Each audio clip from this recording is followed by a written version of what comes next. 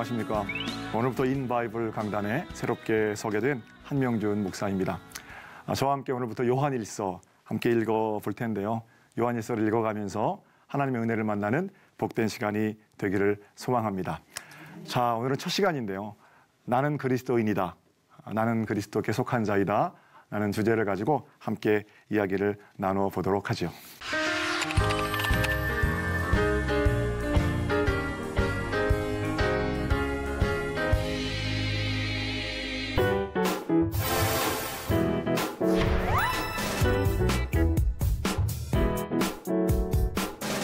마틴 로이드 존스 목사님은 요한일서를 강해하면서 첫 번째 그 1장 1절부터 강해 설교를 시작하지 않고 마지막 부분인 5장 19절과 20절을 본문으로 택하고 해석하거든요. 자, 그 순서를 한번 따라가 보도록 하죠. 요한일서 5장 19절 20절 한번 같이 읽어보겠습니다. 제가 읽어볼게요.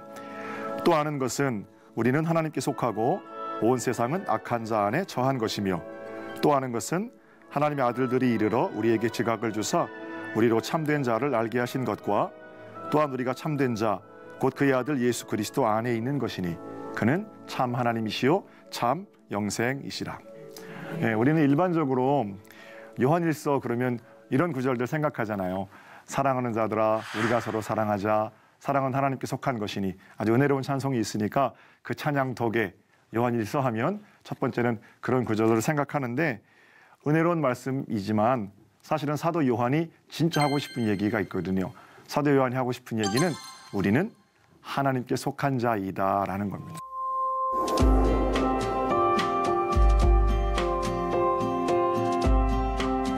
하나님께 속한 자들이 서로 사랑하고, 하나님께 속한 자들이 악에서 떠나고 어둠을 멀리하고, 이것이 사도 요한이 편지하고 있는 주된 주제라고 할 수가 있겠죠. 오늘부터 이제 우리가 강의를 시작해서 함께 볼 텐데, 마지막까지 기억해야 될 것은 우리는 그리스도인이다. 이런 주제를 꼭 품고 함께 읽어갔으면 좋겠습니다. 여러 가지 죽을 고비를 넘긴 요한, 위대한 믿음의 선배지요. 요한이 고난당하고 있는 믿음의 후배들에게 여러분 힘들지요? 아무리 힘들어도 포기하지 마세요. 여러분은 영생을 믿고 알고 있는 그리스도인입니다. 라고 편지하고 있는 거죠. 믿음의 사람들은 그리스도께 속한 자라는 것 때문에 자신감도 생기고, 그리스도께 속한 자라는 것 때문에 힘들고 어려운 상황에서도 일어날 수 있고요. 그 위기 속에서 그리스도인들의 행동 양식을 결정하는 것은 과연 내가 어디 속해 있는가 하는 어떤 소속감들을 확인할 때입니다. 일본에 아주 큰 지진이 났을 때 그 TV에서 기자가 이제 인터뷰를 하러 거기를 갔어요. 그런데 헬기로 전투식량도 실어 나르고, 그리고 하루 종일 기다려서 물 한 병 얻고 이제 그런 상황이에요. 그래서 기자가 가서 묻기를 어떻게 묻냐면, 하루 종일 기다려서 물 한 병, 빵 한 조각 얻는데 불편하지 않으세요? 그러니까 그 대답하기를 그분이 여러 가지로 불편하지요. 이제 그러시더라고요. 그런데 정말 질서정연한 거예요. 그러니까 그 인터뷰하는 기자가, 아니 어쩜 이렇게 질서정연하게 한 사람도 새치게 하지 않고 질서정연하게 이 일들을 진행해 가세요. 이렇게 물어보니까 그 사람이 뭐라고 대답하냐면, 저는 일본 사람이거든요. 이렇게 대답하는 거예요. 근데 제가 그 인터뷰를 보고 있다가 사실은 깜짝 놀랐습니다.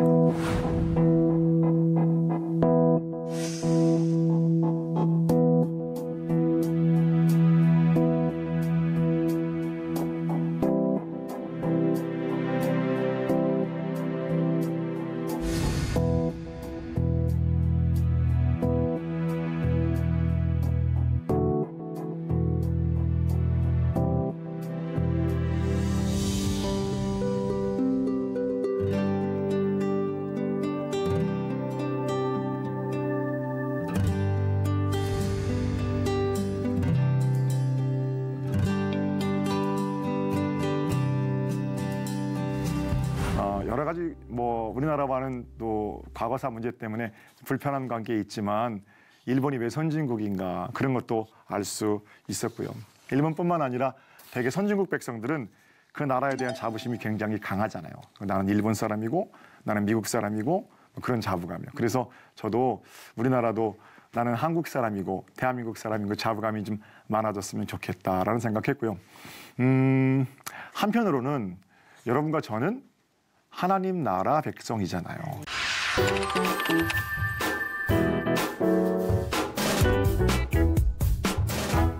일본, 미국 사람들이 그 나라에 대한 자부감이 있는 것처럼 하나님 나라 백성들은 하나님 나라에 대한 소속감, 그 자부감으로 사실은 각종 어려움도 이겨내고 위기 속에서도 우리 행동 양식을 거칠지 않은 것으로 하나님다운 것으로 그렇게 빚어갈 수가 있겠죠.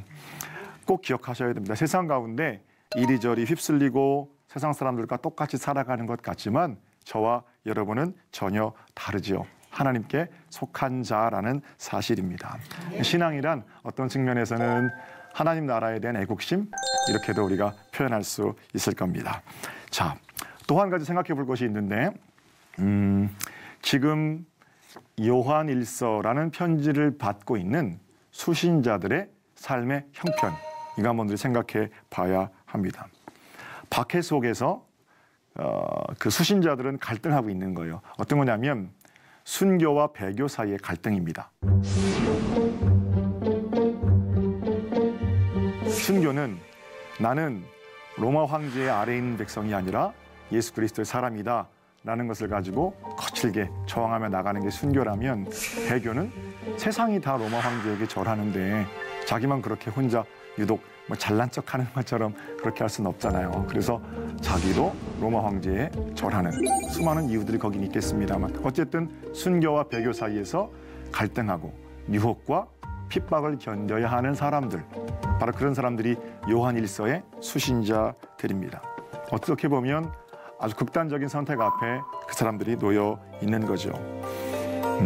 그때 핍박과 유혹 속에서 나는 그리스도인이다라는 소속감은 그 핍박과 유혹을 견뎌내고 이겨내게 하는 겁니다.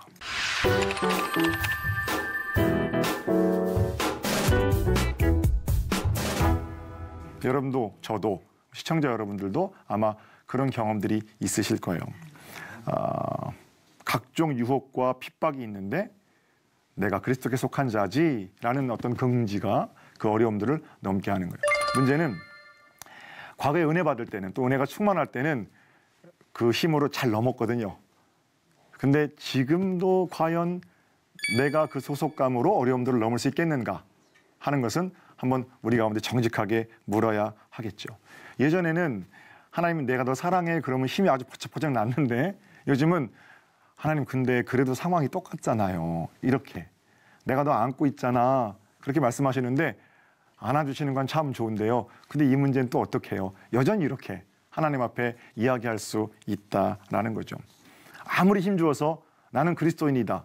나는 그리스도 이렇게 말해도 상황이 그대로라면 절망하게 되는 그런 상황들을 우리가 만나게 되거든요. 좀 쉽게 더 설명을 좀 드려보면 주일날 목사님 설교에 은혜를 많이 받았어요. 그래서 목사님 말씀대로 설교 말씀대로 살겠습니다. 이제는 비굴하지 않게 살겠습니다. 이제는 감사하며 살겠습니다. 이제는 불평 원망하지 않겠습니다. 막 선언하고 그리고 이제 나왔는데 단단한 결심에도 불구하고 집에 돌아갔는데 변하지 않는 문제 때문에 내가 괴롭고 때로는 교회 주차장에서 내 차 가로막고 전화번호도 없고 차 안 빼주는 차 때문에 화가 나고 그런 상황들을 만나게 된단 말이죠. 여지없이 삶의 문제 때문에 내 결심이 깨어지게 되는 그래서 나는 그리스도인이다 라는 소속감이 있지만 그것 가지고 넘기가 참 힘든 여러 가지 삶의 상황들 말입니다. 여러분은 어떠세요? 나는 그리스도인이다 라고 외치고 나면 상황이 좀 나아지십니까?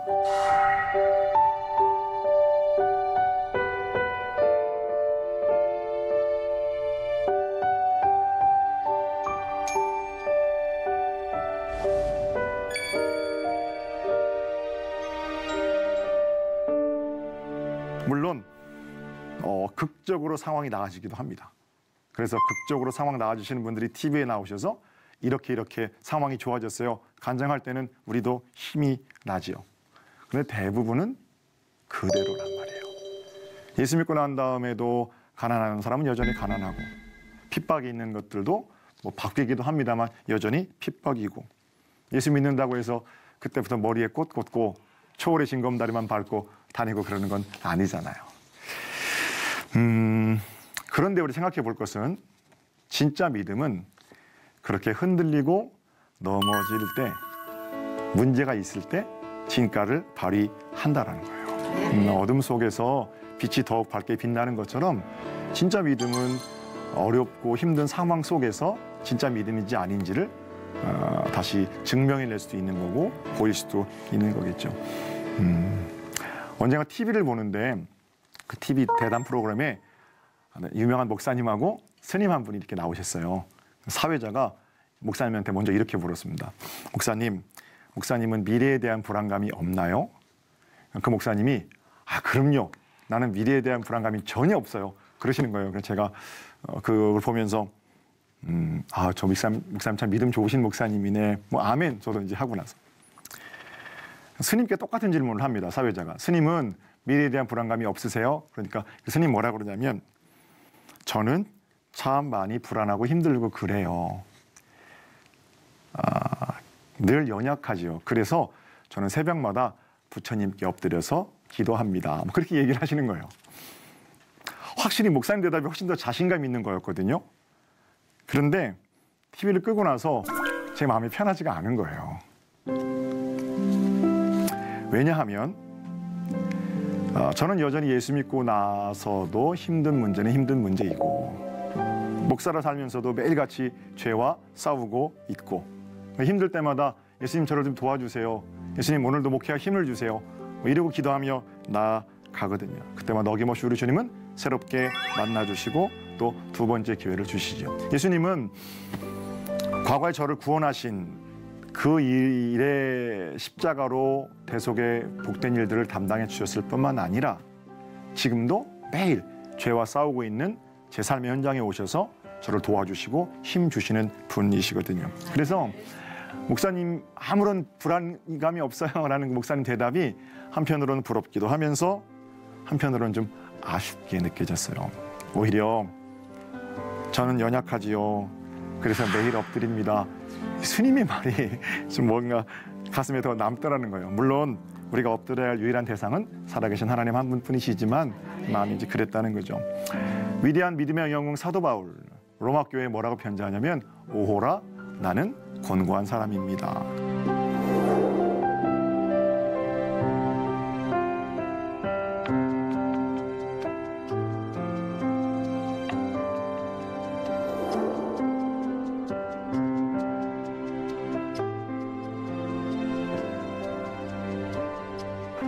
내 마음에서 육체의 법과 성령의 법이 싸웁니다. 그러잖아요. 사도 바울이 연약해서 그런 말 하는 거 아니고 사도 바울이 괜한 소리로 흔들리지도 않는데 흔들린다고 거짓말하는 거 아니잖아요. 정말 사도 바울은 그런 삶을 살았던 거거든요. 예수님도 그 좋으신 예수님께서도 할 수만 있거든 이 잔을 내게서 돌려주세요 라고 기도하시니까 그렇게 연약할 때 무릎 꿇고 주님 음성 듣고 다시 무릎 펴는 것, 바로 그게 믿음의 사람들의 기도이고 신앙의 모습이겠죠. 저는 예수님 만나고 나서도 우리 주님 다시 만날 때까지 여전히 싸워야 할 죄의 문제가 제 안에 그리고 여러분 안에 있다고 생각합니다. 물론 이건 원수대장 마귀의 머리를 제압하신 이미 이긴 싸움인 것은 분명합니다. 그러니까 흔들리지 않아요. 나는 아무런 갈등이 없어요. 이거는 일종의 선언은 되지만 지금 우리 상태에 대한 적확한 묘사는 아니다. 이렇게 생각합니다. 기억하셔야 될 게 있어요. 여러분도 저도 흔들릴 수 있어요. 육신을 입고 사는 동안 사람이 아무리 강해도 작은 문제에 걸려 넘어질 수도 있고요. 그러니까 흔들리는 것 자체가 믿음 없는 게 아니고 흔들릴 때 더욱더 주님을 강렬하게 바라보고 나는 하나님께 속한 자이다. 그리스도께 속한 자이다. 이런 어떤 소속감들을 더 강렬하게 확인할 수 있다면 그리고 일어설 수 있다면 칭찬받는 좋은 믿음이라고 저는 생각합니다. 자,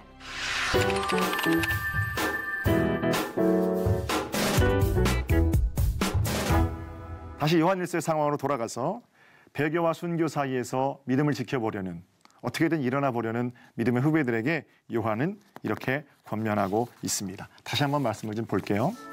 또 아는 것은 우리는 하나님께 속하고 세상은 악한 자 안에 처한 것이며 또 아는 것은 하나님의 아들이 이르러 우리에게 지각을 주사 우리로 참된 자를 알게 하신 것과 또한 우리가 참된 자 곧 그의 아들 예수 그리스도 안에 있는 것이니 그는 참 하나님이시며 영생이시라. 제가 이걸 편하게 한번 풀어서 한번 얘기해 볼게요. 얘들아, 그리스도인들은 흔들리는 세상 속에서 함께 흔들리는 것 같지만 그렇지 않단다.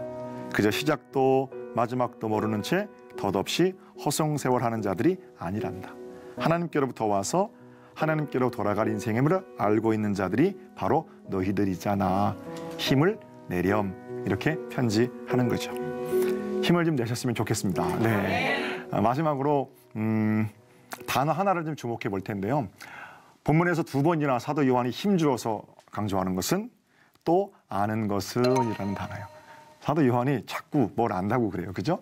자신도 뭘 알고 있고 너희들도 이미 뭘 알고 있단다. 뭘 아는 거냐면 그분이 참 하나님이시고 참 영생이신 것을 너희도 알고 있고 나도 알고 있잖아. 이렇게 말하거든요.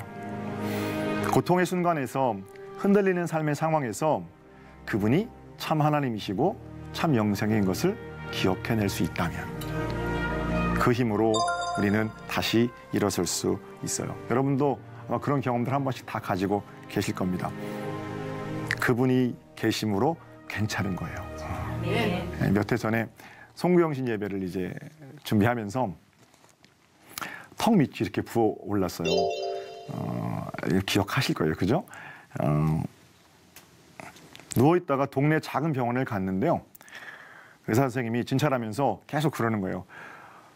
아, 목사님 이거 별로 안 좋은 건데 이거 별로 안 좋은 건데 근데 그 마음이 불안하잖아요. 안 좋다고 그러니까 큰 병원으로 가서 검사를 해봐라 그래요. 그래서 가까이 있는 큰 병원에 가서 검사 받고 이제 결과를 기다리고 있을 때 송구영신 예배가 있었습니다. 신년 촛불 예배 끝나고 성도들 축복 안수하고 그리고 나서 이제 주일 예배 설교까지 했어요. 주일 예배 설교 뭐라고 설교했냐면 여러분 아무도 가보지 않은 길을 가는데 탄대하십시오. 문제가 아닙니다. 뭐 그리고 설교했거든요. 그리고 이제 내려와서 집에 있는데 검사 결과가 나와야 되잖아요. 근데 뭐가 생각나냐면 제가 담대하세요. 이 설교가 생각이 나야 되는데 이게 안 좋은 건데 이게 안 건데 그 의사 말이 자꾸 생각이 나는 거예요. 의사 선생님들 만약에 이 프로그램 보고 계시면 그 얘기는 좀 속으로 하셨으면 좋겠어요. 이게 안 좋은 건데 계속 그 말이 생각이 나서 두려운 마음 또 검사 결과가 정말 안 좋으면 어떡하지? 뭐 이런 여러 가지 생각이 들었죠. 한편으로는 제가 병원에 환자들 신방 가서 걱정하지 마세요. 담대하세요. 우리 영생 사는 자들이거든요. 이렇게 권면도 하고요. 또 돌아가실 것 같은 분한테는 뭐라고도 얘기하냐면 집사님, 권사님 돌아가시면 나중에 천국에서 만나요.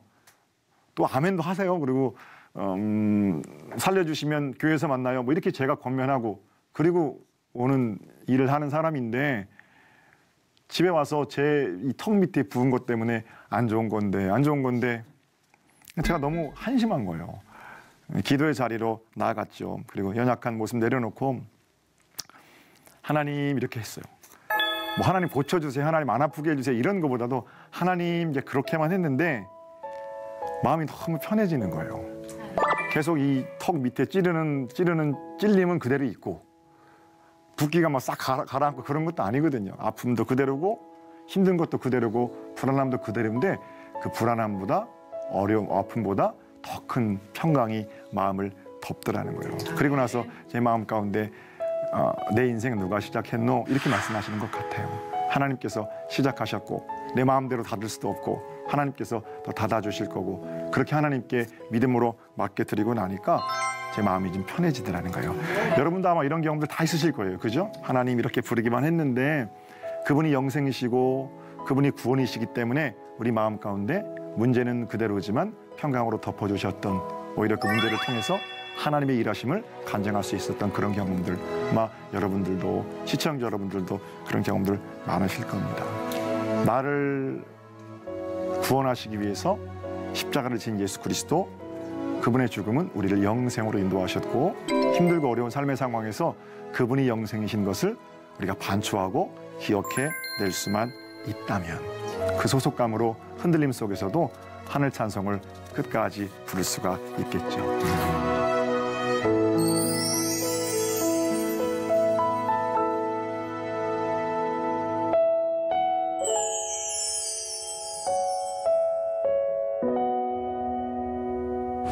예수 그리스도 영생이심을 우리는 잘 알고 있습니다. 고통의 순간에 그분이 영생임을 기억함으로 하나님께 속한 자로 승리를 살아내는 복된 여러분이 되시기를 우리 주님의 이름으로 축복합니다.